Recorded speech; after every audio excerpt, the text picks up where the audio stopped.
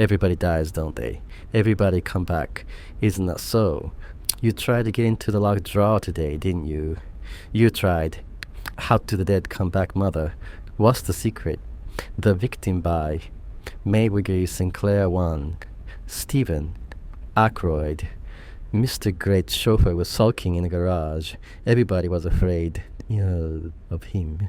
Everybody hated him except Mr. Great, his master, and Dorsey, his sweetheart, and even Dorsey now after yesterday night had come. On one side the yard gate stood open to the black tunnel of the drive. On the other the high mow rose above the wall, immense, darker than the darkness. Stephen's lantern in the open doorway of the garage and Dora's lamp in the kitchen window threw a blond twilight into the yard between from where he sat slantways on the step of the car. He could see through the lighted window the table with the lamp and Dora's sewing huddled up in a white heap as she left it just now when she had jumped out and gone away because she was afraid of him. She had gone straight to Mr. Great, head in his study, and Stephen sulking had flung himself out into the yard. He stared into the window, thinking. Everybody hated him. You could tell by the damn spiteful way they looked at him in the bar of the King's Arms, kind of sideways and slink-eyed, turning their dirty tails and shuffling out of his way. He said to Dorsey he'd like to know what he'd done. He just dropped in for his class, as usual. He looked around and said, "Good evening, Sybil," and the dirty tykes took no more notice of him than if he'd been a toad. Mrs. Odishy, Shaw, Dorsey's aunt, she hated him. Boiled ham face swelling with spite, shoving his glass at the end of her arm without speaking, as if he'd been a bloody cockroach. All because of the thrashing he'd given young Ned Old. If she didn't want the cub's neck broken, she'd better keep him out of mischief. Young. Ned knew what he'd get. He became meddling with his sweetheart. It had happened yesterday afternoon, Sunday, when he'd gone down with Dorsey to the King's Arms to see her aunt. They were sitting out on the wooden bench against the inn wall when young Ned began it. He could see him now with his arm around Dorsey's neck and his mouth gaping, and Dorsey laughing like a silly fool, and the old woman snorting and shaking. He could hear him. "She's my cousin if she's your sweetheart. You can't stop me kissing her." Couldn't he? Why, what did they think when he'd given up his good job at Darlington Motor Works to come to Eastwade and Black? Mr. Greatad's boots chop wood, carry coal and water for him, and drive his shabby second-hand car. Not that he cared what he did so, as long as he could live in the same house with Dorsey, Oldershaw. It wasn't likely he'd sit like a bloody Moses looking on while Ned. To be sure, that Adolf killed him, he could feel Ned's neck swelling and rising up under the pressure of his hands, his fingers. He'd struck him first, flinging him back against the inn wall. Then he'd pinned him till the men ran up and dragged him off. And now they were all against him. Dorsey was against him. She'd said she was even afraid of him. Stephen, she'd said the M killed him. Well, perhaps next time you'll know better than to come meddling with my lass. I'm not thy lass. If they can keep the hands off folks, I should be fear for me life for thee. Ned weren't doing thee harm. If he does it again, if he comes between thee and me, Dory, I'll do him in. No, they're gonna talk that road. It's God's truth. Anybody that comes between thee and me, love, I shall do him in. If it was the aunt, I would wring a neck same as a wrung. Ned's. And if it was me, Stephen, if it were thee, if they'd left me, don't ask me. Dorsey, there, that's all those scares me. But the Asa left me. It is the wedding claw makin. It is me wedding clothes.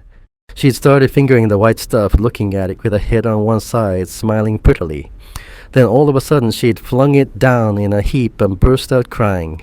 When he tried to comfort her, she pushed him off and ran out of the room too. Mr. Greathead, it must have been half an hour ago and she hadn't come back yet. He got up and went through the yard gates into the dark drive. Turning there, he came to the house front and the lighted window of the study hidden behind a clump of yew. He looked in. Mr. Great had risen from his chair. He was a little old man, shrunk and pinched, with a bowed, narrow back and slender neck under his grey hanks of hair. Dorsey stood before him facing Stephen. The lamplight fell full on her. A sweet flower face was flushed. She had been crying. Mr. Great spoke. "Well, that's my advice," he said. "Think it over, Dorsey, before you do anything." That night, Dorsey packed her boxes, and the next day at noon when Stephen came in for his dinner, she'd left the lodge. She had gone back to her father's house in Gale. She wrote to Stephen saying that she thought it over and found she dared marry him. She was afraid of him. She would be too unhappy. Too, that was the old man. The old man he had made her give him up, but for that, Dorsey would never have left him. She would never have thought of it herself, and she would never have got away if he hadn't been there to stop her. It wasn't Ned. Ned was going to marry Nancy. Peacock down a morph. Ned hadn't done any harm. It was Mr. Great who'd come between them. He hated. Not Mr. Great. His hate became a nausea of physical loathing that never ceased. Indoors he served Mr. Great, had as footman and valet waiting on him at meals, bringing the hot water for his bath, helping him to dress and undress, so that he could never get away from him when he came to call him in the morning. Stephen's stomach heaved at the sight of the shrunken body under the bedclothes. The flushed, pinched face with its peaked, finicking nose upturned, a thin silver tuft of hair pricked up above the pillow's edge. Stephen shivered with hate at the sound of the rattling old man's cough and the sharp of the feet shuffling along the flagged passages. He once felt a tenderness for war. Mr. Greathead, as a tide had bound him to Dorsey. He even brushed his coat and hat tenderly, as if he loved them. Once. Mr. Greathead's small, close smile, the greyish bud of the lower lip pushed out, the upper lip lifted at the corners, and his thin kind. "Thank you, my lad," it would. Stephen smiled. "Glad to serve. Dorsey's master."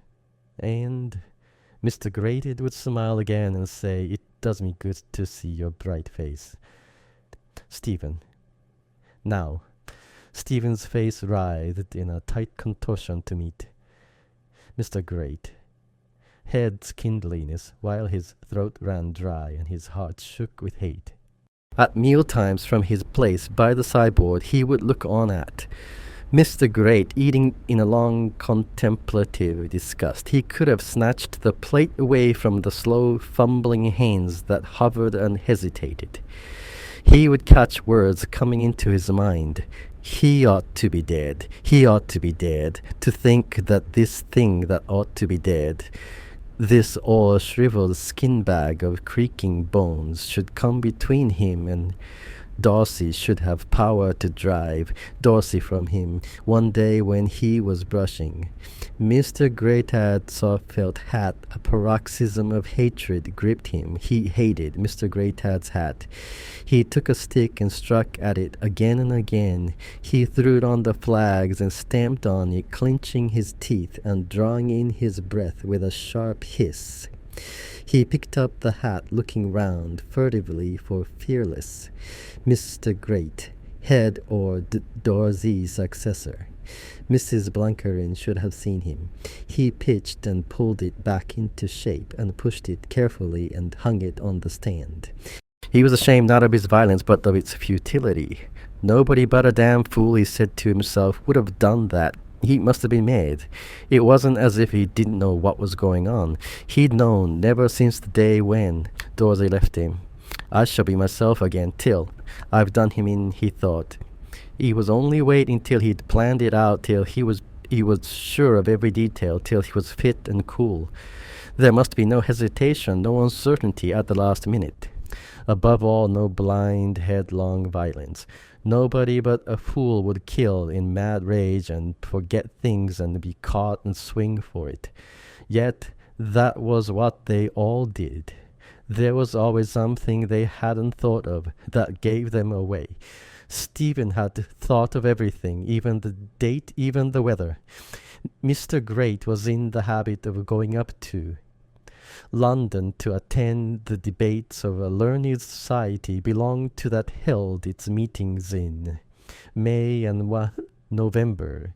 He always traveled up by the 5:00 train so that he might go to bed and rest as soon as he arrived. He always stayed for a week and gave his housekeeper a week's holiday. Stephen chose a dark, threatening day in November when Mr. Great was going up to his meeting and Mrs. Blanker and had left East Wakeful Morph by the early morning bus, so that there was nobody in the house but Mr. Great and Stephen Eastwaite. Lodge stands alone, grey, hidden between the shoulder of the mower and the ash trees of its drive. It is approached by a bridle path across the moor, a turning off the road that runs from Eastwaite Inn, Rathdale to Shaw Inn, Wesleydale about a mile from the village and a mile from Hardraw Pass. No tradesman visited it. Mr. Greathead's letters and his newspaper were shot into a post-box that hung on the ash tree at the turn. The hot water laid on in the house was not hot enough for Mr. Greathead's bath, so that every morning while Mr. Great shaved, Stephen came in with a can of boiling water. Mr. Gear, dressed in a grey-striped sleeping suit, stood shaving himself before the looking-glass that hung on the wall beside the great white bath. Stephen waited with his hand on the cold tap, watching the bright curved rod of water falling with a thud and a splash. In the white, stagnant light from the muffed window pane, the knife-blade flame of a small oil stove flickered queerly. The oil sputtered and stank. Suddenly, the wind hissed in the water pipes and cut off the glittering rod. To Stephen it seemed the suspension of all movement. He would have to wait there till the water flowed again before he could begin. He tried not to look at Mr. Greathead and the lean wattles of his lifted throat. He fixed his eyes on a long crack in the soiled green distemper of the wall. His nerves were on edge with waiting for the water to flow again. The fumes of the oil stove worked on them like a rank intoxicant. The soiled green wall gave him a sensation of physical sickness. He picked up a towel and hung it over the back of the chair. Thus he caught sight of his own face in the glass above. Mr. Great. Heads. It was livid against the soiled green wall. Stephen stepped aside to avoid it. "Don't you feel well?" Stephen. "No, sir." Stephen picked up a small sponge and looked at it. Mr. Great had laid down his razor and was wiping the lather from his chin.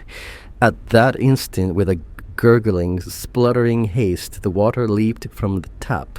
It was then that Stephen made his sudden, quiet rush. He first gagged Mr. Great head with the sponge, then pushed him back and back against the wall and pinned him there with both hands around his neck as he had pinned Ned Olshaw. He pressed in on Mr. Greathead's throat, strangling him. Mr. Greathead's hands flapped in the air, trying feebly to beat Stephen off.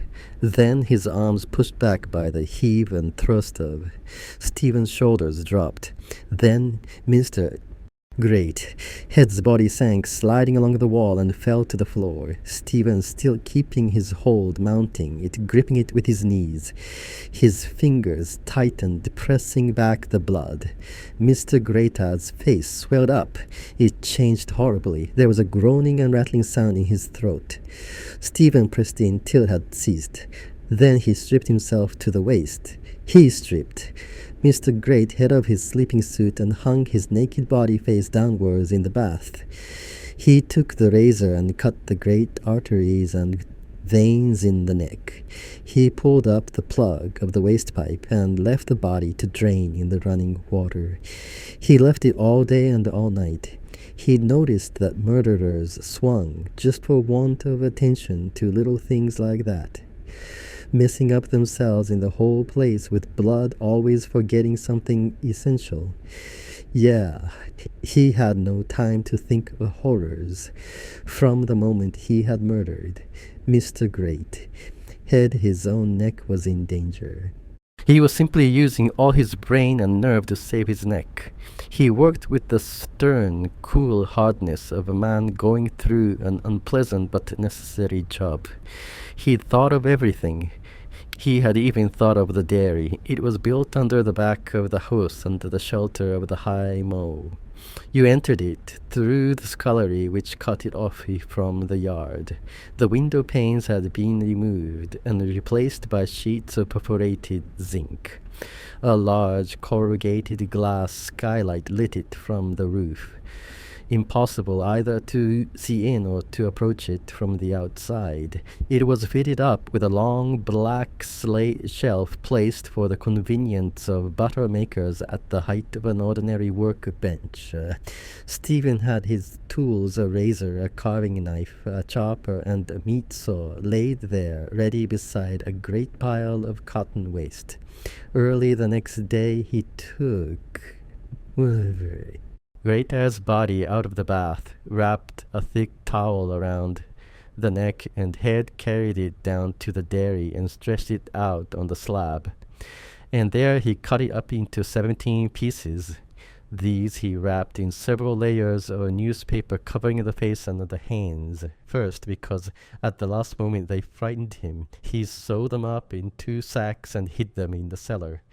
He burned the towel and the cotton waste in the kitchen fire.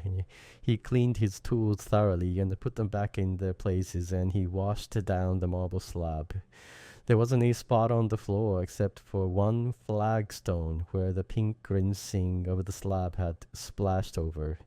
He scrubbed it for half an hour, still seeing the rusty edges of the splash long after he had scoured it out. He then washed and dressed himself with care. As it was wartime, Stephen could only work by day, for the light in the dairy roof would have attracted the attention of the police.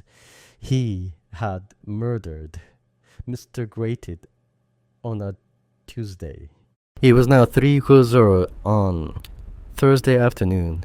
Exactly at 10 minutes past 4, he had brought out the car shut in close with its black hood and side curtains.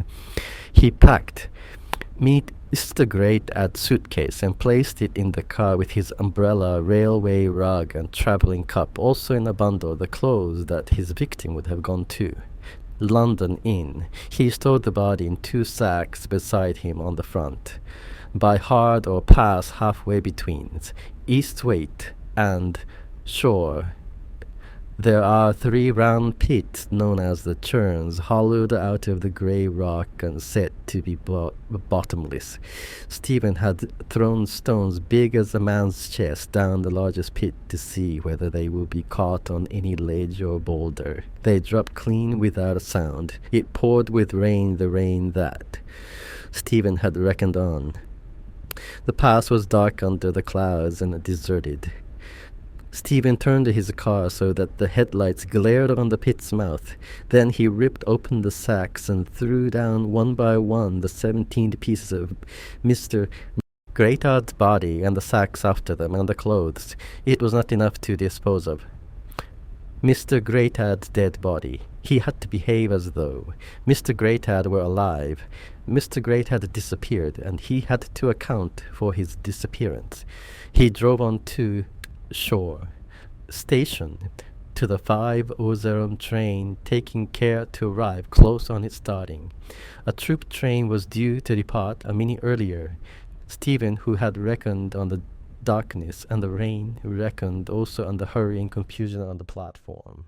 As he had foreseen, there were no porters in the station entry, nobody to notice weather. Mr. Great was or was not in the car. He carried his things through onto the platform and gave the suitcase to an old man to label. He dashed into the booking office and took Mr. Greatad's ticket and then rushed along the platform as if he were following his master. He heard himself shouting to the guard, "Have you seen Mr. Greathead?" And the guard's answer, "No," and his own inspired statement. He must have taken his seat in the front then. He ran to the front of the train, shouldering his way among the troops. The drawn blinds of the carriages favored him. Stephen thrust the umbrella, the rug, and the traveling cap into an empty compartment and slammed the door to. He tried to shout something through the open window, but his tongue was harsh and dry against the roof of his mouth, and no sound came. He stood blocking the window till the guard whistled. When the train moved, he ran alongside with his hand on the window ledge, as though he were taking the last instructions of his master. A porter pulled him back. Quick work, that said. Stephen. Before he left the station, he wired to Mr. Great, Heads, London, hotel, announcing the time of his arrival. He felt nothing but the intense relief of a man who has saved himself by his own wits from a most horrible death. There were even moments in the week that followed when so powerful was the illusion of his innocence. He could have believed that he had really seen Mr. Greydolf by the fires of the train, moments when he literally stood still in amazement before his own incredible impunity. Other moments when a sort of vanity uplifted him. He had committed a murder that, for the sheer audacity and cool brainwork, surpassed all murders celebrated in the history of crime. Unfortunately, the very perfection of his achievement doomed it to oblivion. He had left not a trace. Only when he woke in the night, a doubt sickened him. There was a rusted ring of that splash on the dairy floor. He wondered, had he really washed it out clean, and he would get up and light a candle and go down to the dairy to make sure he knew the exact place. Bending over it with the candle, he could imagine that he still saw a faint outline. Daylight reassured him. He knew the exact place, but nobody else knew. There was nothing to distinguish it from the natural stains in the flagstone.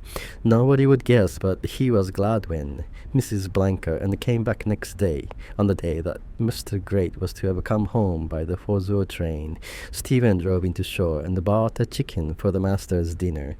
He met the 4:00 train and expressed surprise that Mr. Greater did not come by it. He said he would be sure to come by the 7. He ordered a dinner for 8, Mrs. Blanker, and roasted the chicken, and Stephen met the 7:00 train. This time he showed uneasiness. The next day he met all the trains and wired to Mr. Greatad's hotel for information. When the manager wired back that Mr. Greatad had not arrived, he wrote to his relatives and gave notice to the police. 3 weeks passed. The police and Mr. Greatad's relatives accepted Stephen's statements, backed as they were by the evidence of the booking office clear, the telegraph clear, the guard, the porter who labeled Mr. Greatad's luggage, and the hotel manager who'd received his telegram. Mr. Greatad's portrait was published in the Illustrated papers with requests for any information which might lead to his discovery. Nothing happened, and presently he and his disappearance were forgotten. The nephew who came down to Eastway to look into his affairs was satisfied. His balance at the bank was low owing to the non-payment of various dividends, but the accounts and the contents of Mr. Great's cash box and bureau were in order, and Stephen had put down every penny it spent. The nephew paid Mrs. Blancaren's wages and dismissed her, and arranged with the chauffeur to stay on and take care of the house. And as Stephen saw that this was the best way to escape a suspicion, he stayed on. Only in Westfield and Rathdale excitement lingered. People wondered and speculated. Mr. Gadd had been robbed and murdered in the train, as Stephen had said that he had money on him. He had lost his memory and wandered goodness knows where. He had thrown himself out of the railway carriage, Stephen said. Mr. Greathead wouldn't do that. But he shouldn't be surprised if he'd lost his memory. He knew a man who forgot who he was and where he lived. Didn't know his own wife and children, shell-shock and lately. Mr. Greathead's memory, if it hadn't been what it was. Soon as he got it back, he'd turn up again. Stephen wouldn't be surprised to see him walking in any day. But on the whole, people noticed that he didn't care to talk much about Mr. Greathead. They thought this showed very proper feeling. They were sorry for Stephen. He'd lost his master and had lost Dorsey, Oldershaw war, and if he did half kill Ned. Oldershaw, well young. Ned had no business to go meddling with his sweetheart even. Mrs. Oldershaw was sorry for him, and when Stephen came into the bar of the King's Arms, everybody said, "Good evening, Steve," and made room for him by the fire.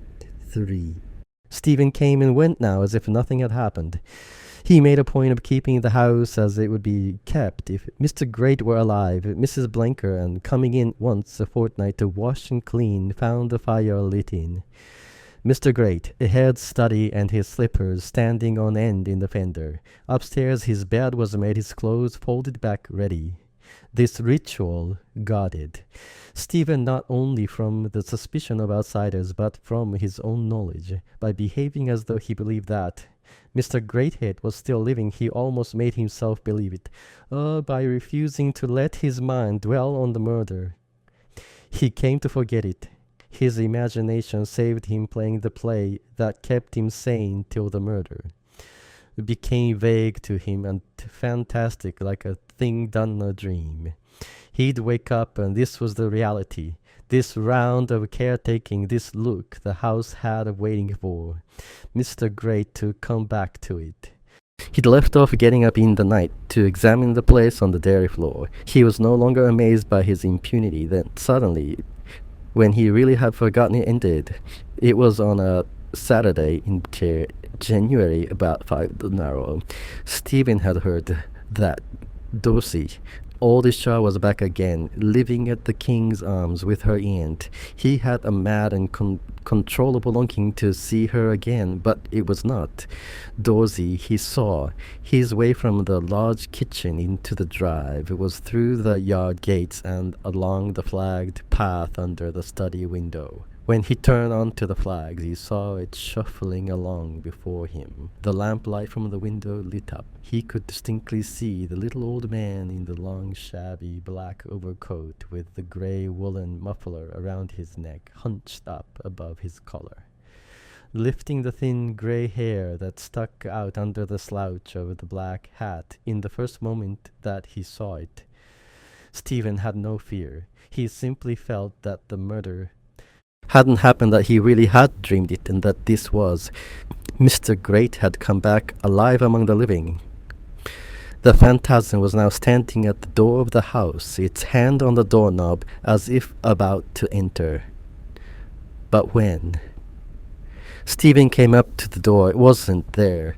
He stood fixed, staring at the space which had emptied itself so horribly. His heart heaved and staggered, snatching at his breath. And suddenly, the memory of the murder rushed at him. He saw himself in the bathroom, shut in with his victim by the soiled green walls. He smelt the reek of the oil stove. He heard the water running from the tap. He felt his feet springing forward and his fingers pressing tighter and tighter on Mr. Greathead's throat. He saw Mr. Greathead's hands flapping helplessly, his terrified eyes, his face swelling and discolored, changing horribly, and his body sinking to the floor. He saw himself in the dairy afterwards. He could hear the thudding, grinding, scraping noises of his tools. He saw himself on hard rock pass, and the headlights glaring on the pit's mouth, and the fear and the horror he had not felt then came on him now. He turned back. He bolted the yard gates and all the doors of the house and shut himself up in the lighted kitchen. He took up his magazine at the autocar and forced himself to read it. Presently his terror left him.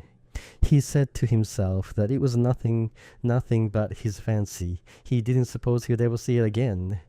3 days passed. On the third evening, Stephen had lit the study lamp and was bolting the window. When he saw it again, it stood on the path outside. Close against the window, looking in, he saw its face distinctly, the greyish, stuck-out bud over the underlip and the droop of the pinched nose. The small eyes peered at him, glittering. The whole figure had a glassy look between the darkness behind it and the pane. One moment it stood outside, looking in, and the next it was mixed up with the shimmering picture of the lighted room that hung there on the blackness of the trees. Mr. Great then showed as if the reflected standing with Stephen in the room, and now he was outside again, looking at him through the pane. Stephen's stomach sank and dragged, making him feel sick. He pulled down the blind between him and Mr. Great, clamped the shutters too, and drew the curtains over them. He locked and double-bolted the front door, all the doors to keep. Mr. Great had out. But once that night, as he lay in bed, he heard the troop of feet shuffling along the flagged passages, up the stairs, and across the landing outside his door. The door handle rattled, but nothing came. He lay awake till morning, the sweat running off his skin, his heart plunging and quivering with terror. When he got up, he saw a white, scared face in the looking-glass, a face with a half-open mouth, ready to blab, to blur out his secret, the face of an idiot. He was afraid to take that face in, too, east or into shore. So he shut himself up in the house, half-starved on his small stock of bread, bacon, groceries. 2 weeks passed, and then it came again in broad daylight. It was Mrs. Blancaran's morning. He lit the fire in the study at noon and set up. Mr. Great had slippers in the fender. When he rose from his stooping and turned round, he saw Mr. Gretard's phantasm standing on the hearth rug close in front of him. He was looking at him and smiling in a sort of mockery, as if amused at what Stephen had been doing. It was a solid and completely lifelike at first. Then, as Stephen in his terror backed away from it, he was afraid to turn and feel it there behind him. Its feet became insubstantial, as if undermined. The whole structure sank and fell together on the floor, where it made a pool of some whitish glistening substance that mixed with the pattern of the carpet and sank through. That was the most horrible thing it had done yet, and Stephen's nerve broke under it. He went to Mrs. Blanca, in whom he found scrubbing out in the dairy. She sighed as she wrung out the floor-cloth. "Hey, these old Yellowstone scrubbers, you will never look clean." "No," he said. "Scrub and scrub, you'll never get them clean." She looked up at him. "Hey, lad, what else You've got a F, like a room dish low hanging over a sink. I've got the colic. And they wonder with a damp and their missed teas and your own bad cooking. Let me run down King's Arms and get you a drop of whiskey. No, I'll gando, miss." He knew now he was afraid to be left alone in the house. Down at the King's Arms, Dorsey and Mrs. Odisha was sorry for him, but this time he was really ill with fright. Dorsey and Mrs. Odisha were said it was a chill. They made him lie down on the saddle by the kitchen fire and put a rug over him and gave him stiff hot grog to drink. He slept, and when he woke he found Dorsey sitting beside him with a sewing. He sat up and a hand was on his shoulder. "Lay still, lad. I'm going to get up and go." "No, there's no call for it to go. Lay still, and I'll make thee a cup of tea." He lay still. Mrs. Oldish made up a bed for him in her son's room, and they kept him there that night until fall the next day. When he got up to go, Dorsey put on a coat and hat. "Still going out?" "Dorsey, you kind of let to go and sit there by this sin." "I'm coming up to sit with you till night time." She came up, and they sat side by side in the large kitchen by the fire, thus as they used to sit when they were together there, holding each other's hands and not talking. "Dorsey," he said at last, "what's to come for?" "As to come to tell me that they'll never speak to me again." "No, don't know what. I've come for to say they'll marry me. I'm going to marry the Doors. Wouldn't be right. Rate. What does that mean? It wouldn't be right for me to come and sit with you on this road if I don't marry thee. Nay, Adana, they said they was afraid of me. Dorsey, I don't want her to be, afraid. They said they'd be unhappy. I don't want them to be unhappy. That was last year. I'm not afraid of the no stave. They don't know me, lass. I know that. I know the sick and staff are want to me. They cannot live without their own lass to take care of them. She rose. I'm on go now, but I'll be up tomorrow and the next day, and tomorrow and the next day and the next at dusk, the hour that Stephen most dreaded. Dorsey came. She sat with him till long after the night had fallen. Stephen would have felt safe so long as she was with him, but for his fear that Mr. Grady would appear to him while she was there, and that she would see him. If Dorsey knew he was being haunted, she might guess why. Or Mr. Greatad might take some horrible blood dripping and dismembered shape that would show her how he'd been murdered. It would be like him dead to come between them as he had come when he was living. They were sitting at the round table by the fireside. The lamp was lit, and Dorsey was bending over her sewing. Suddenly, she looked up her head on one side, listening. Far away inside the house, on the flagged passage from the front door, he could hear the ash of the footsteps. He could almost believe that Dorsey shivered, and somehow, for some reason this time, he was not afraid.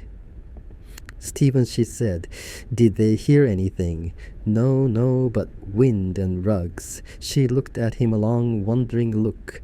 Apparently it satisfied her, for she answered, Maybe it was no but wind," and went on with her sewing. He drew his chair nearer to her to protect her if he came. He could almost touch her where he sat. The latch lifted, the door opened on his entrance and his passage unseen. Mr. Great stood before them. The table hid the lower half of his form, but above it he was steady and solid in his terrible semblance of flesh and blood. Stephen looked at Dorsey. She was staring at the phantasm with an innocent, wondering stare that had no fear in it at all. Then she looked at Stephen, an uneasy, frightened, searching look, as though to make sure whether he'd seen it. That was her fear, that he should see it, that he should be frightened, that he should be haunted. He moved closer and put his hand on her shoulder. He thought perhaps she might shrink from him because she knew that it was he who was haunted. But no, she put up her hand and held his, gazing up into his face and smiling. Then, to his amazement, the phantom smiled back at them, not with a mockery, but with a strange and terrible sweetness. Its face lit up for one instant with a sudden beautiful shining light. Then it was gone. Did they see him? Steve, I must have seen anything. Afar. Aye, 3 times I've seen him. Is it that scared there? Who told? I was scared, annoyed, because now it can happen to thee, but I know it. No, what does think? Dorsey. I think they need to be scared. Steve, he's a kind ghost. Whatever he is, he don't mean they know I am. That old gentleman never did when he was alive, didn't he? Didn't he? He served me the worst turn he could when he come between thee and me. Whatever makes you think that, lad? I don't think it, I know. No love that doesn't. He did. He did. I told her, don't say that she cried. Don't say it. Stevie, why shouldn't? That'll sit folk talk in that road. What do they know to talk about if they was to remember what they said and what did? I say, whether if anybody was to come between thee and me, they'd do it mean. I wasn't thinking of him. God knows I wasn't. They don't, she said. Who knows? Dunno, who knows I didn't mean him. I know. Steve and Dorsey, they aren't afraid of me. They aren't afraid of me any more. Need, I love thee too much. I shall never be afraid of thee again. Would I come to thee this road if I was afraid? They'll be afraid now. And what should I be afraid of? Why him I should be a deal more afraid.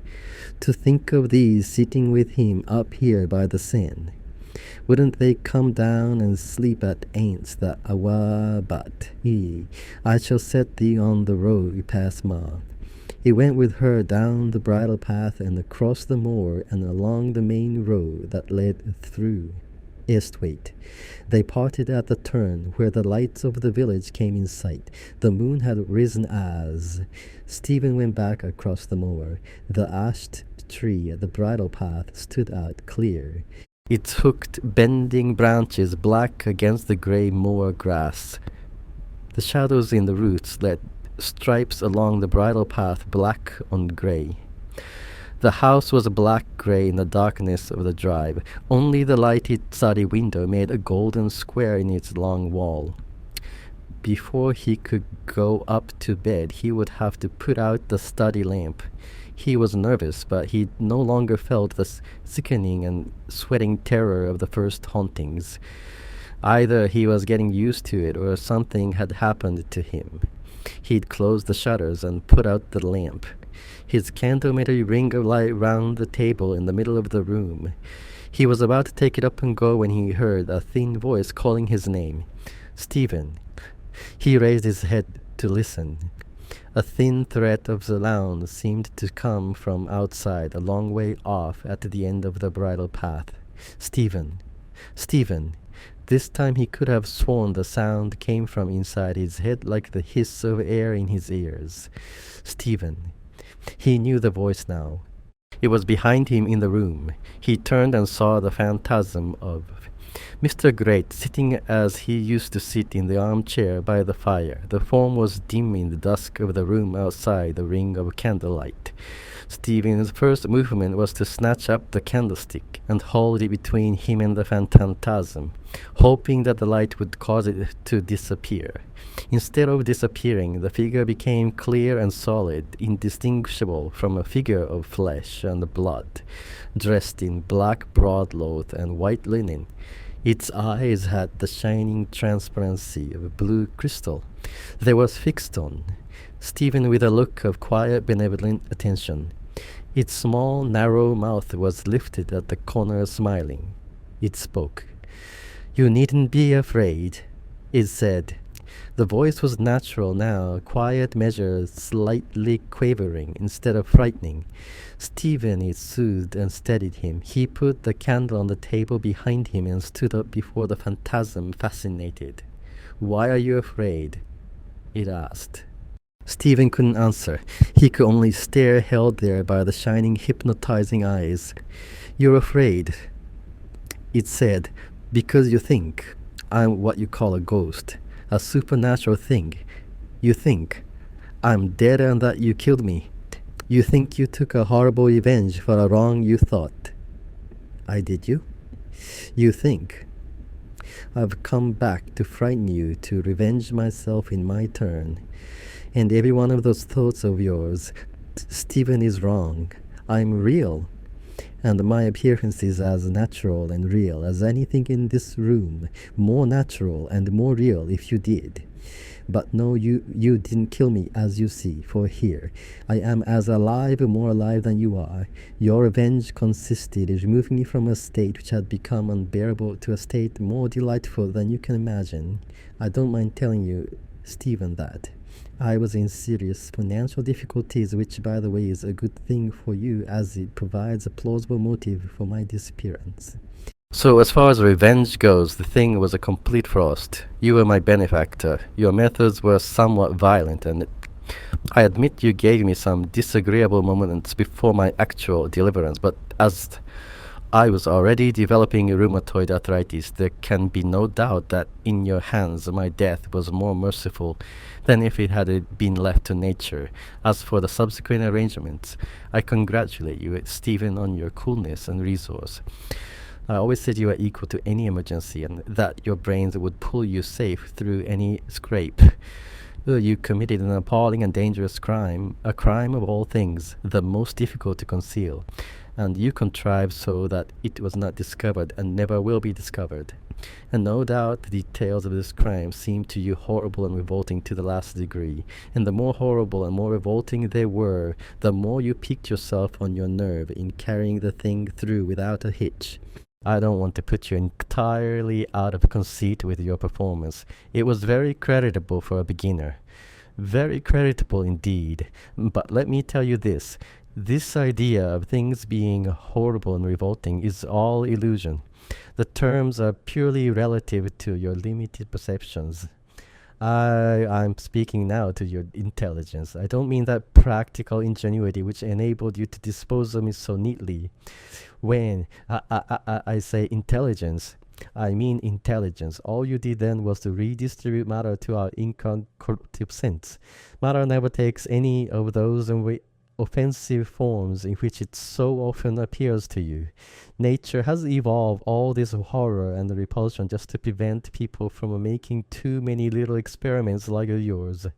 You mustn't imagine that these things have any eternal importance. Don't flatter yourself. You will electrify the universe, for minds no longer attached to flesh and blood. That horrible butchery you're so proud of. Stephen is simply silly. No more terrifying than the spilling of red ink or the rearrangement of a jigsaw puzzle.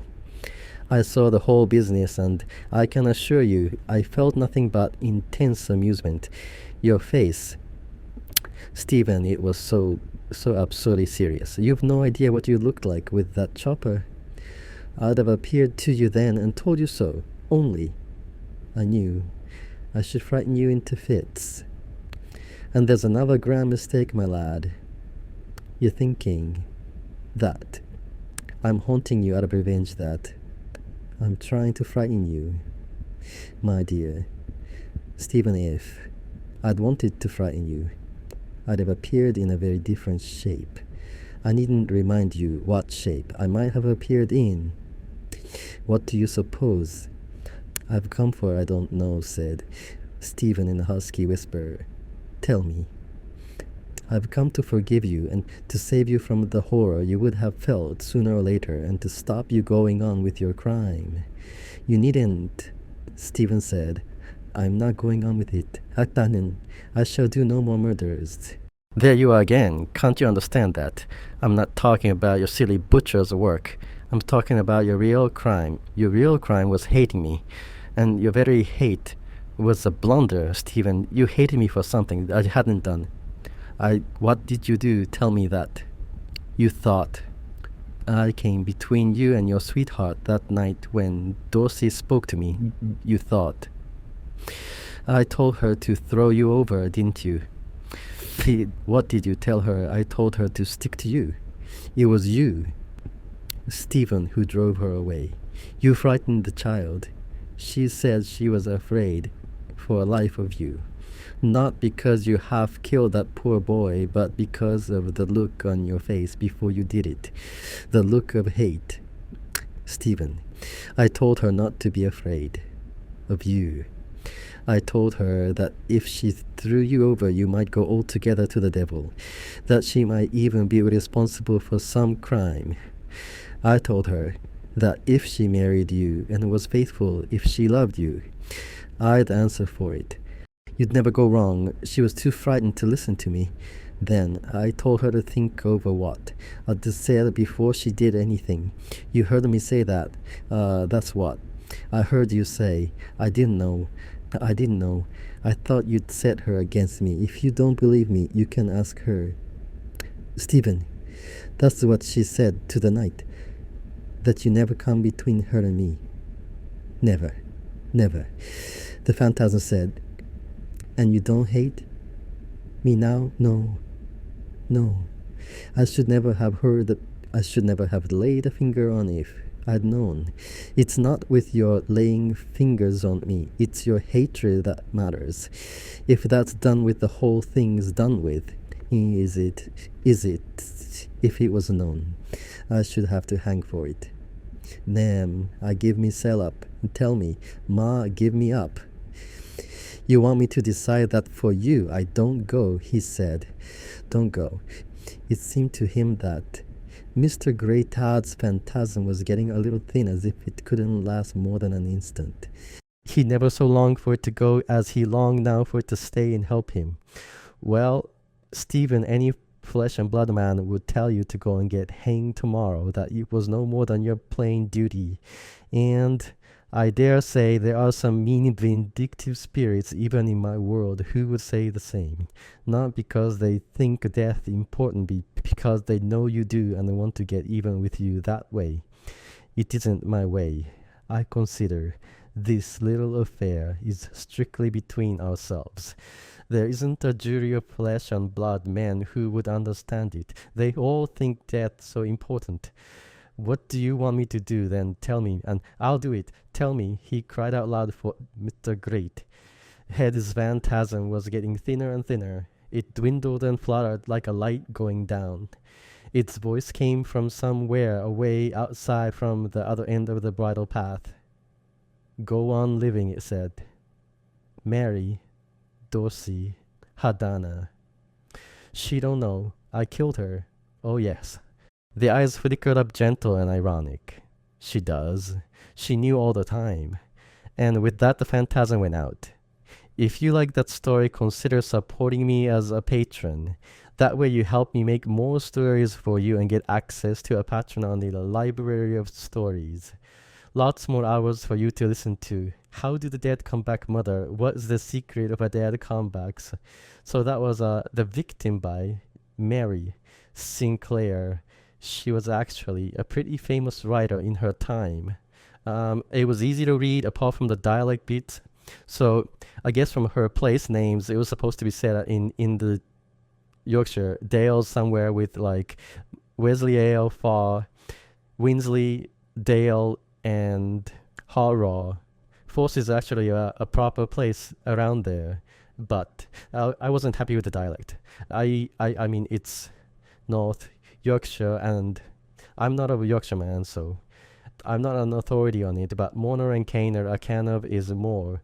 Scots, I've never heard anybody say. I know they say San. I thought also North. Yorkshire was more like us saying sell instead of saying for self, but anyway, apart from that's a minor quibble. So let me say about May Sinclair, so May Sinclair more formally. Mary Amelia Sinclair was born on the 24th of August 1863 in Rock Ferry in Cheshire, England.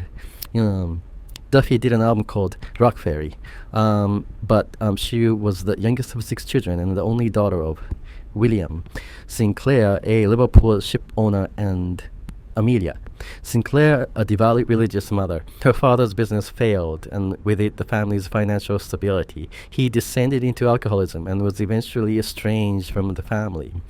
Her mother was fiercely orthodox. I think the notes mean that she was a bit strict and emotionally withholding. She dominated managed.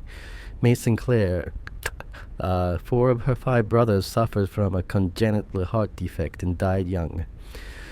These incredibly tragic situations were probably not that uncommon in her generation. But they're bound to leave a mark on you. Death. She was very acquainted with death from an early age. She received 1 year of formal education at Cheltenham Ladies College. So we should say that. Cheltenham Ladies College was founded in 1853, one of the most prestigious girls' schools in Victorian England, intended to provide a rigorous academic education to daughters of the provincial and upper middle classes, under the leadership of Dorothy Byles. The college became a pioneering institution for the higher education of women. with a curriculum that included classical languages. Mathematics and moral philosophy subjects rarely taught to girls at the time. And there are a lot of famous alumni, AE, because they're feminine, get our Latin, right?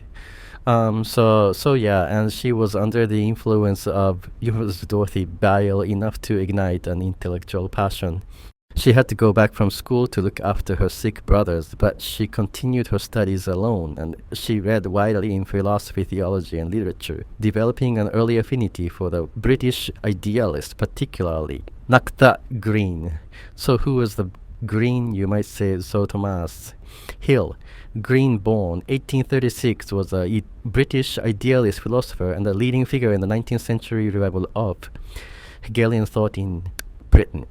A professor at Oxford, Green's major work Prolegina to Ethics, published posthumously in 1883, argued that the individual self is not atomistic but inherently social, and that the ethical life requires participation and moral community. He believed that consciousness is not passive but actively structures experience, an idea that influenced both political liberalism and a metaphysical idealism.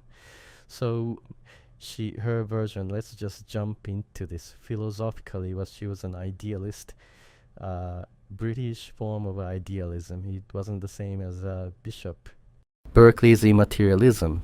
So, Bishop Berkeley, an Irish philosopher, was an idealist. So the idealists believe that most scientists these days are physicists or materialists, and they believe that the building block of life is matter, and that consciousness in our experience somehow magically emerges from bits of wood. Not necessarily bits of wood, but carbon. Do you know what I mean? From physical things that you can punch. But of course this is falling apart because it's clearly wrong. But most people still believe this. Even a lot of scientists still believe this. The top dogs don't. They're like, obviously it's not true. Well, you know my position on it. I'm an idealist, just like she was. Let's get back to the author. So she was reading all this stuff, and she came to the conclusion, and she was interested in spiritualism, really. So the experience of reading Thanita Green, who we talked about, precipitated a spiritual crisis in 1886 that would shape her adult life. She broke with her mother's more traditional religious views and instead embraced a mystical form of philosophical monism, which is to say she was an idealist. That is to say, everything comes from mind. You know, the primary substance of the world is mind. She started writing in 1896. Her first professional novel, Audrey Caravan, was published in 1887, followed by Mr. and Mrs. Neville Tyson, 1898. Sounds like the guest list at the annual Lifeboat Ball at Wycon and Helpmate, 1907. Early examples of her characteristic concern was feminine moral struggle and social entrapment. The novels were modestly received, but Divine Fire, 1904, a philosophically structured tale of artistic vocation that brought her commercial success and transatlantic recognitions. She's an adult English author, but she was better received in America. And if you read a lot of the studies about her are based in the US, Yale has a thing about her page about her. So does Edinburgh University, to be fair. So she later went to the US, where she toured and lectured, and she was more enthusiastically received there. She remained unmarried throughout her life. She supported herself and her mother until 1901 by writing steadily across genres, novels, short stories, philosophical essays, literary criticism, and verse. She was a suffragist, a member of the Women's Writers' Suffrage League. So the suffragist refers to those who campaigned for women's rights to vote through legal and non-violent means, as distinct from the more militant suffragettes associated with the Women's Social and Political Union. Sinclair was aligned with the former group, the Constitutional Suffragists, and was a member of the Women Writers' Suffrage League. Feminism was philosophical as well as political, arguing not only for legal authority and not authority equality, but for the expansion of women's intellectual and spiritual agencies. And this is clearly a woman who's very bright and has been denied really a formal education, not so much by. I mean, many women were, in her case, through the illness of her brothers, really. But that is itself, she has to go and look after the brothers.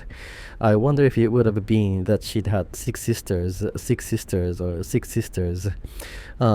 she have, would it have made a difference? Who knows? So she once attended a suffrage event dressed as a rebellious Jane Austen. But she had this metaphysical feminism as well. Some might not say the Creatives 1910, the Three Sisters 1914.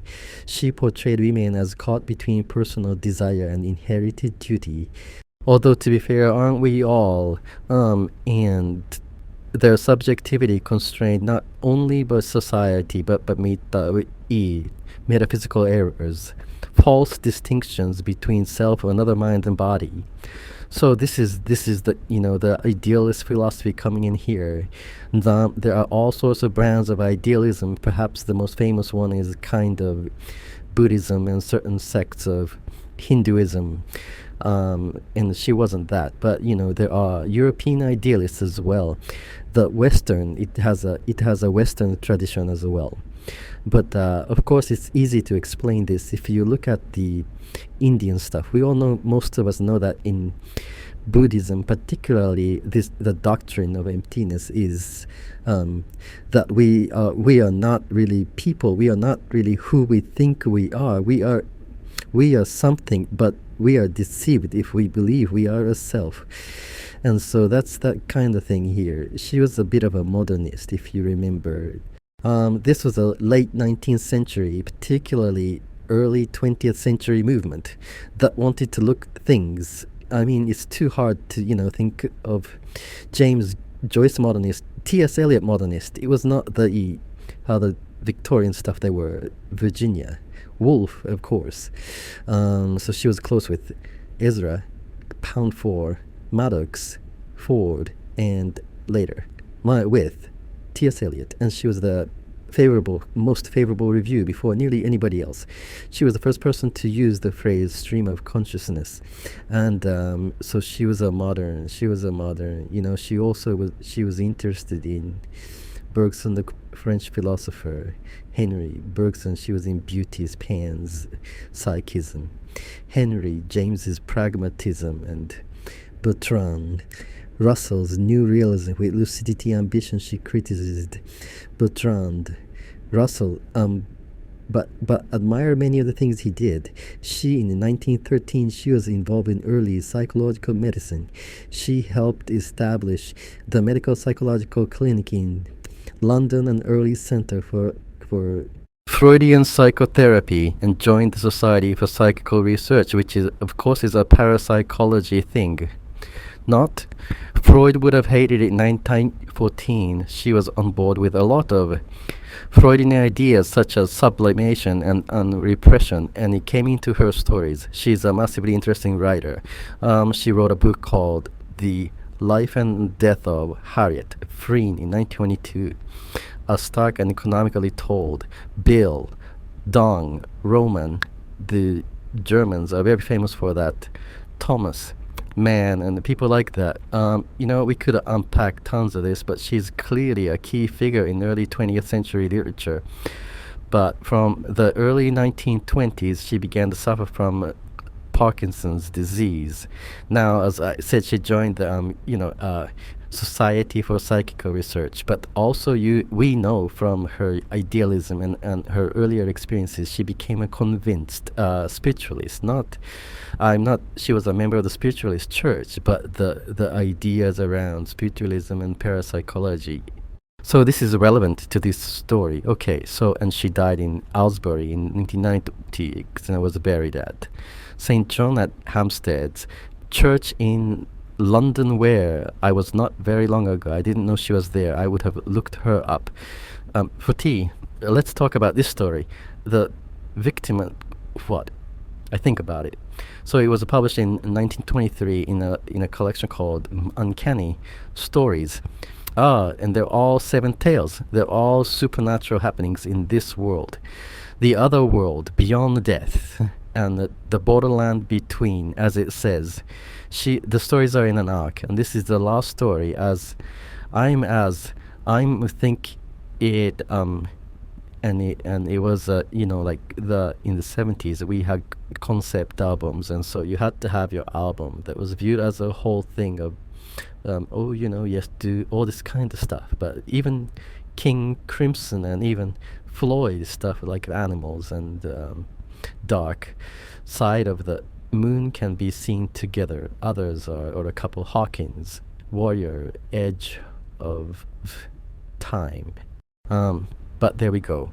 So her ghosts, it's not Mr. James' ghosts, dusty manuscripts, ancient corridors, clergymen gibbering unexplained horror. That's a key point. Her ghosts are moral. They're all about moral consequences. And so you could argue that her real subject is not horror, but his consciousness, after saying that, right? So yeah, the victim is the final story, and it's full of her philosophical concerns. It's structured as a ghost story, but really it's a meditation on guilt, sympathy, and posthumous perception. So remember, she's a woman who's convinced in survival of death of the personality, and she's kind of expansive in her thoughts. So it's all about redemption. It's all very sunny. The spiritualists have a very sunny view of the afterlife, You go to a garden party and it's all lovely, and you have cucumber sandwiches, and there's butterflies, and everybody is lovely, and it's fine that, oh goodness, we are all so horrible during life. But look now, we know the truth. We can all be really nice to each other. My aside, we all have a shadow man. Not a shadow man. We can have a shadow man. We all have a shadow, man. Where's the darkness? So there is darkness in the world. The world is not just light. So I kind of I'm a bit, this is possibly why I'm drawn to horror and ghost, stories and darkness and the gothic.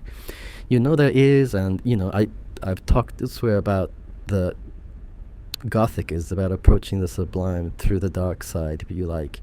You may know because I posted a picture of on YouTube. I just bought a shirt from Lamor, a cult clothing, or London-based, and they send you these magnificent, when you buy the shirt, which is like something like Death in the Maiden, it's like a Dura etching, and it's all very Gothic, and they send you this thing, and it says to John, cuz I'm officially John from Becky, the reveal the well that is, my heart is poisoned and my eye is like the pea have turned to ash for centuries. I have waited for this hideous serpent to drag its loathsome shadow across the temple floor. And now, as even the gods and statues look away, I alone must bear truths that would make the stars collapse. So that isn't anything to do with Mason, Ciel. I was just saying about how very gothic shirt I got. And, but the point was, I was talking about the spiritualist worldview that she seems to share. Everybody is smiling and friendly and forgiving, and I'm like, where's the darkness? And there is darkness in this story. There is darkness in this story, but her view of the ghostly world is one of niceness. So I'm gonna jump to the end and say what I think's wrong with it, and then I'll come back and say what I think's right with it. So we're set up to believe that this is a horror story. But remember that in the most unsettling stories, there are lots of things that unsettle us, but one of them used by the greats, think of Robert. Ammon, think of Mr. James, is that things aren't explained. They're not tidied away even. A.F. Benson is the most horrifying, has inexplicable things in. Um, I think he's least horrifying when he has a tendency to tidy it all up. So the ghost, the clarity, his exposition, his gentleness, it dilutes it, and the horror evaporates into philosophy. It doesn't haunt you, it explains it. And so you're like, oh, well, there we are, hunky dory, everything's fine, phew, you know. Whereas we were set up for a horror story, and I think that it lost it at the end for me.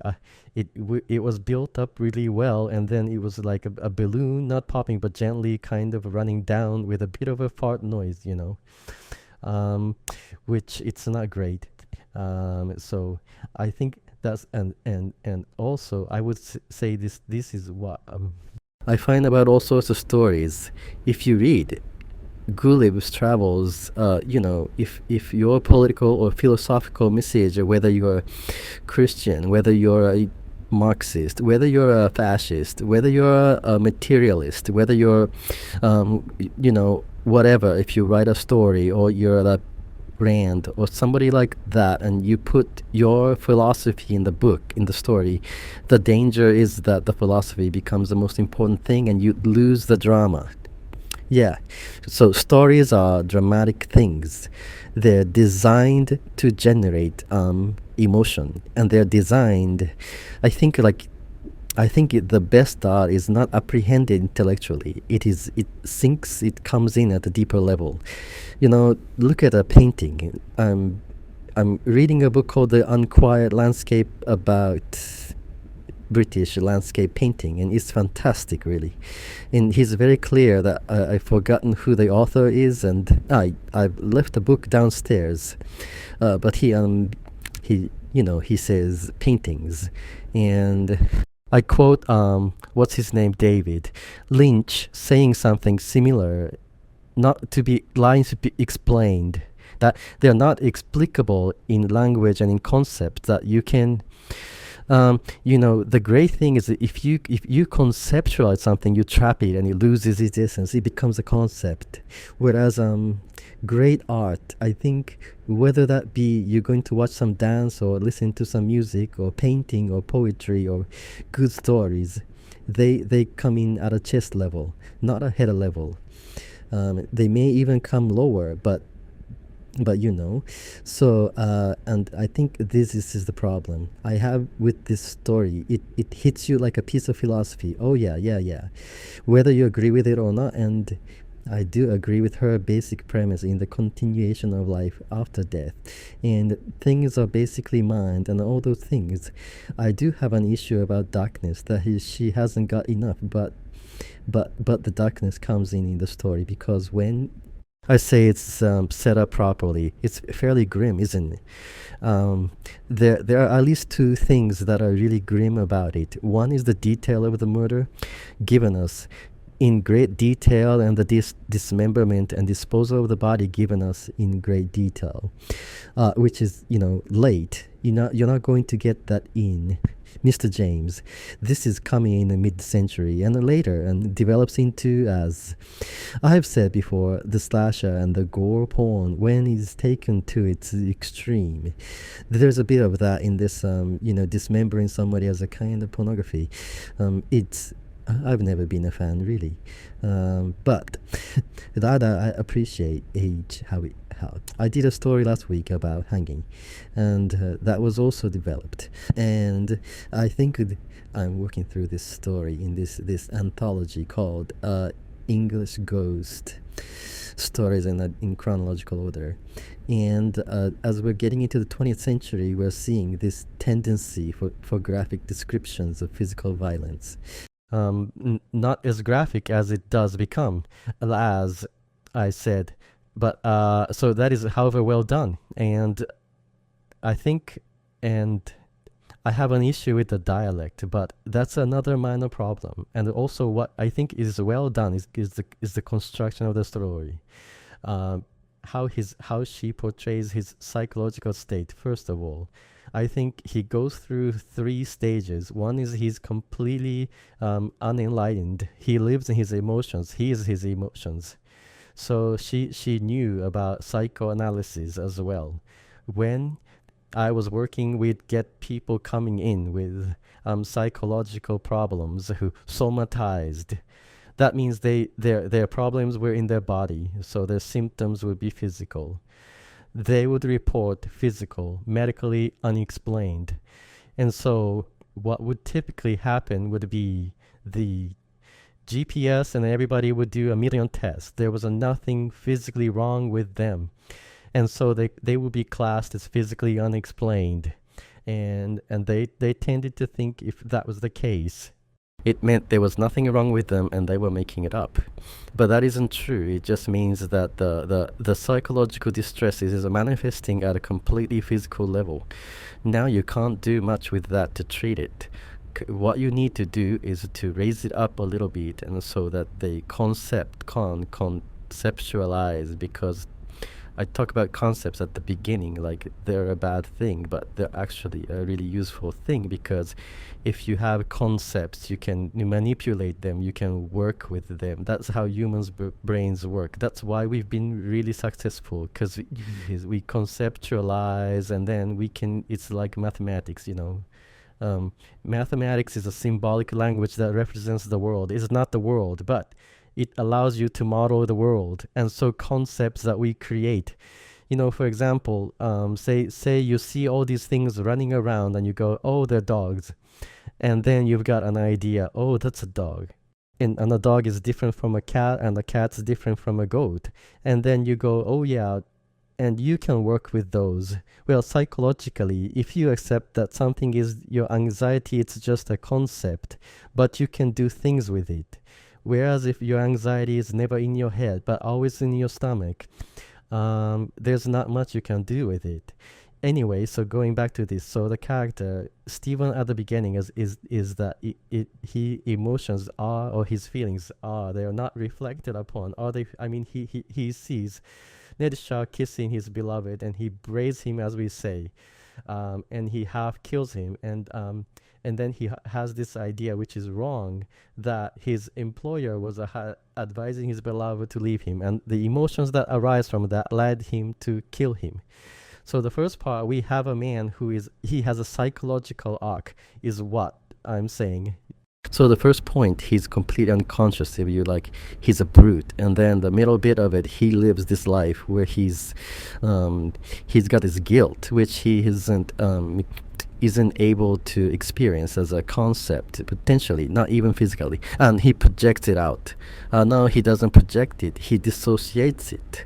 So he's dissociating, it feels like a dream. He lives a world. This is a classic dissociation, as if it's true, and the real world is somewhere else. It's a dream world. It's passed away. I had a patient once who used to lose her and bite her boyfriend quite badly, and the human bites aren't very nice. She didn't remember it afterwards.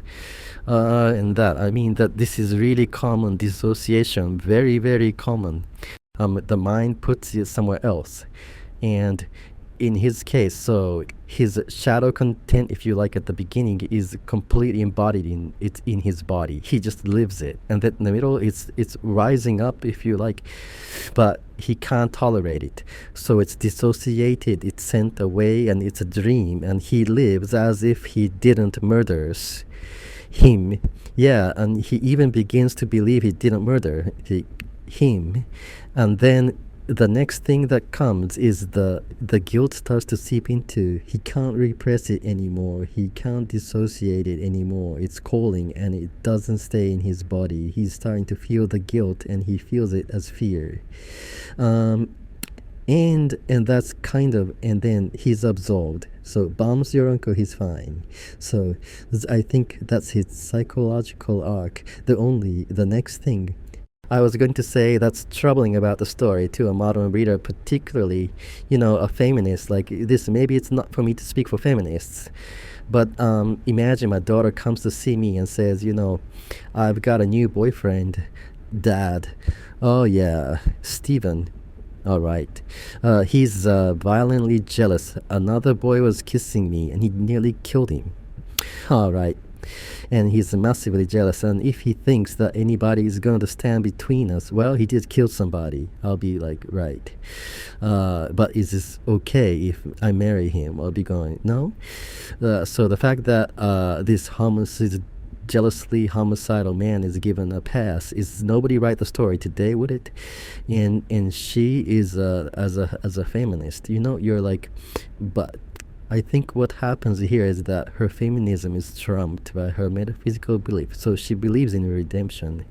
I mean, that's a Christian belief, isn't it? But I mean, many of the spiritualists are Christians as well, or a version of Christianity. And so they still have this idea of redemption. And and the point is, in Christianity, it doesn't matter how bad you are. If you repent and you turn to Christ, you are forgiven. Doesn't matter what you've done. And so I think this is a kind of an echo of that this jealously homicidal man repents. And so by her metaphysics, which is to say her spiritualism plus this echo of Christianity, is all right. And I think that is to somebody who isn't her. I think that's a problematic need, to say the least. But a massively interesting story because of that. What else do? I want to say. So yeah, just to resolve it, I think it's really well written. It's well crafted. If she changed the end somewhat, it could have been really horrific. It could have been a really effective horror story.